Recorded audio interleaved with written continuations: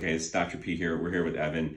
Evan is a runner of long standing. He has had some issues over the years with some Achilles tendonitis, but more recently, his more recent concern is this calf muscle here. So the gastrocnemius and the soleus are two muscles in your calf. Okay, the gastrocnemius has two heads that come up like this. There's a lateral or an outer head. There's a medial head on the inner side. So you can see here, if you look really close, this kind of is a little bit balled up here, and there's a little indentation here, and I don't know if you can see that, as compared to the right side where it's nice and smooth.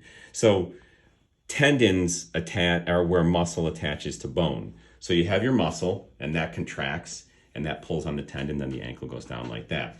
So where the muscle starts to turn into tendon, the musculotendinous junction tends to be a weak spot, because muscle's kind of like meat and tendon is really tough and strong. So you have that discrepancy there. And so unfortunately, this medial gastroc here is a very common place of injury when people, quote, pull their calf muscle. I've done it myself, actually running, sadly. The Chicago Marathon, really bad tear.